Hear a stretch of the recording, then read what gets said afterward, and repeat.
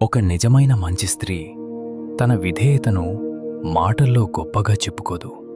ఆమె దానిని ప్రదర్శించదు, ప్రచారం చేయదు, లేదా ఇతరుల దృష్టిని ఆకర్షించేందుకు ఉపయోగించదు. ఎందుకంటే ఆమె మాటల కన్నా ఆమె వ్యక్తిత్వమే ఎక్కువగా మాట్లాడుతుంది. ఆమె బాధలో ఉన్నప్పటికీ నమ్మకాన్ని విడిచిపెట్టదు. తన హృదయాన్ని జాగ్రత్తగా కాపాడుకుంటుంది.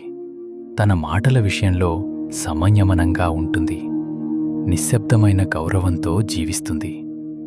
నిజమైన విధేయతకు ప్రేక్షకులు అవసరం ఉండదు. అది స్థిరత్వంలో ఉంటుంది, సంయమనంలో కనిపిస్తుంది.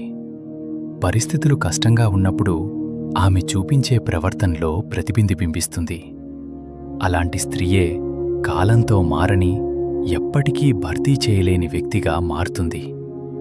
ఇంట్లో నిబద్ధతను నటిస్తూ బయట ప్రపంచంతో సరసాలాడదు, అభద్రతను సృష్టించదు.